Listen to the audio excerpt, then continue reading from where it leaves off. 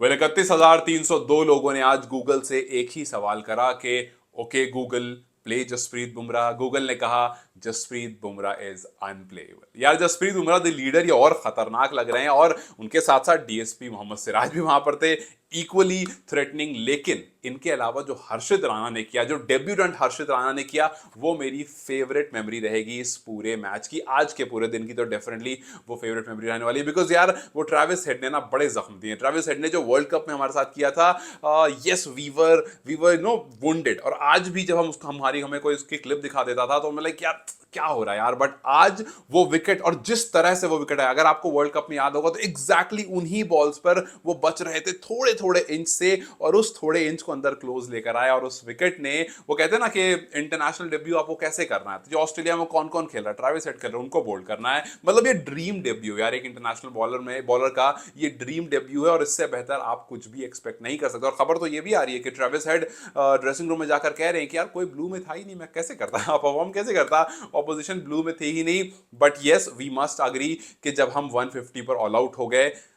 डर लग गया था भाई, डर लग गया था कि आपको यार WTC देख रहे थे यार, आप ये परफॉर्मेंस, आपके बैटर्स ने ऐसी परफॉर्मेंस करी है। मतलब I know will talk about Virat Kohli and Devdutt Padikkal and everyone, जो स्ट्रगल रहे, जो इश्यूज रहे, लेकिन आज जसप्रीत बुमराह 8 मैच ऑस्ट्रेलिया के खिलाफ ऑस्ट्रेलिया में खेलते हुए 36 विकेट ले चुके हैं। 32 से पहले थी, 4 अभी ले लिए, तो 36 विकेट कंप्लीट हो गई, और इकोनॉमी सिर्फ 2.5 का, और एवरेज 19। भाई 19 के एवरेज से एक इंसान टेस्ट मैच में बॉलिंग कर रहा है, बैक टू बैक विकेट्स ले रहा है। दिस प्रूव्स कि वो कितना खतरनाक है। और उसके साथ साथ डीएसपी सिराज, जिन्होंने मानस लाबुशेन से कहा कि भाई आप अगर पुज्जी भाई बनना चाह रहे हैं तो आपको बता दें कि एक ही पुज्जी भाई हैं, वो कमेंट्री कर रहे हैं, तो आप करो कोशिश, लेकिन ज्यादा लंबे जा नहीं पाओगे। उन्होंने कहा था कि मैं इंडिया का वही हाल करूंगा जो चितेश्वर पुजारा ने ऑस्ट्रेलिया का किया था। He tried his level best, लेकिन लगता है गौतम गंभीर की जो प्लानिंग थी, इसके बारे में हमने एक अलग वीडियो बनाई जिसमें बात की थी, और वो पूरी की पूरी हमें आज एग्जीक्यूट होती हुई दिखी। आज दिखा हमें वो गर्मा गर्मी भी, वो हर्षित को सामने आकर के लाबुशेन से बात करते हुए भी, लाबुशेन का हर्षित को फ्लाइंग किस देते हुए हमने देखा। मतलब वो वाला नहीं, बस वो वाला किस देते हुए देखा कि वो थोड़ा टीज कर रहे थे उनको। फिर हमने आज सिराज की वो बॉल भी देखी, बुमराह को बॉडी पर अटैक करते हुए भी देखा, और खड़े थे वहां पर तो मानस लाबुशेन। उन्होंने कहा था कि मैं पुज्जी बनूंगा, पुज्जी बन रहे थे, बहुत चोटें लगी, लेकिन फिर उसके बाद बहुत लंबा उसको नहीं खींच पाए। So yes India were at the backfoot when they were batting, लेकिन जब इंडिया गेंदबाजी करने आया तो लगा कि भाई गंभीर, आपने क्या अपने बैटर्स के साथ कोई प्लान नहीं बनाया था, या सब कुछ आपने इसी बॉलिंग यूनिट के भरोसे रखा हुआ था? क्योंकि पर्थ के मैदान में जब आप टॉस जीते तो वहां पर काफी लोगों ने क्वेश्चन किया, इनफैक्ट सुनील गावस्कर ने क्वेश्चन किया कि यार आपने बैटिंग क्यों ली इस पिच पर, जहां पर हल्का ग्रीन सर्फेस दिख रहा है, वहां पर आपको गेंदबाजी करनी चाहिए थी, आपने बैटिंग क्यों ली? बता दिया कि हमने बैटिंग क्यों ली, क्योंकि हमें बॉलिंग करना था बाद में, और शायद आपको जो लोग देर से उठे थे। अच्छा पहले मुझे आप ये बताओ, आप लोग उठे कब थे? जब इंडिया स्टार्ट किया था, जब इंडिया स्ट्रगल कर रहा था, जब इंडिया कम बैक कर चुका था? मतलब when you woke up what was the score? Because मैं तो सुबह सुबह उठ गया था ऑब्वियसली, लेकिन थोड़ी देर देखने के बाद मैंने बंद कर दिया कि भाई अब मैं गलत उठाऊं, मैं सो जाऊं तो ज्यादा अच्छा है।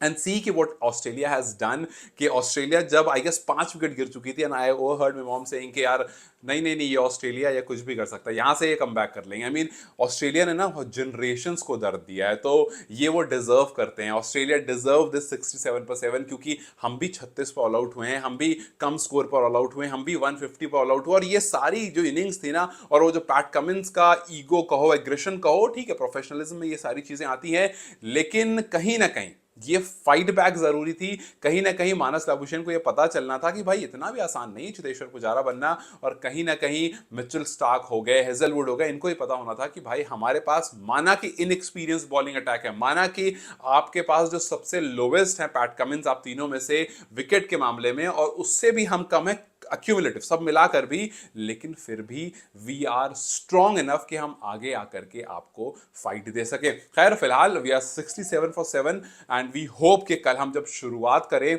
तो वहां पर आने के बाद हम थोड़ा सा शुरू के स्पेल में हम कुछ 3 विकेट जल्दी निकाल लें, और इनको 150 हमने किए हैं, 100 के अंदर इनको ऑल आउट कर दें, तो मुझे नहीं लगता कि इससे बेहतर टेस्ट क्रिकेट जो हाइप बनी थी, बॉर्डर गवास्कर ट्रॉफी जो हाइप बन रही थी, आई डोंट थिंक इससे बेहतर हमने टेस्ट क्रिकेट एक्सपेक्ट किया था, या फिर आई डोंट थिंक कि हमने इससे बेहतर ओवरऑल अगर 10 विकेट ये फटाफट गिराए थे, बिकॉज कैरी खेल रहे हैं और स्टार्क खेल रहे हैं। सो हालांकि लास्ट बॉल जो बुमराह ने डाली वो स्लोअर, वहां फंस गए थे ऑलमोस्ट स्टार्क, लेकिन वो थोड़ा सा शॉट गिर गई और बुमराह उतना आगे नहीं जा पाए, सो इवेंचुअली वो वहां पर बच गए। लेकिन बॉलिंग हमारी एक्सेप्शनली वेल थी। बट आप जब बैटिंग की तरफ देखते हो या फिर आप जब थोड़ी सी स्लिप में फील्डिंग की तरफ देखते हो तो आप एक चीज रियलाइज करते हो कि यार विराट कोहली अपने घर में नहीं चल रहे हैं, विराट कोहली अपने सो कॉल्ड सेकंड होम में नहीं चल रहे हैं, और अगर ये हाल कंटिन्यू रहा तो विराट कोहली जो उनका अभी फिलहाल का मेन होम है, प्राइवेट होम है, वहां नहीं जा पाएंगे क्योंकि इंडिया इसके बाद यूके ही जाना है। और अगर ऐसा रहा तो बीसीसीआई ने कहा है कि अच्छी परफॉर्मेंस नहीं आई तो आप यूके नहीं जाओगे। तो खैर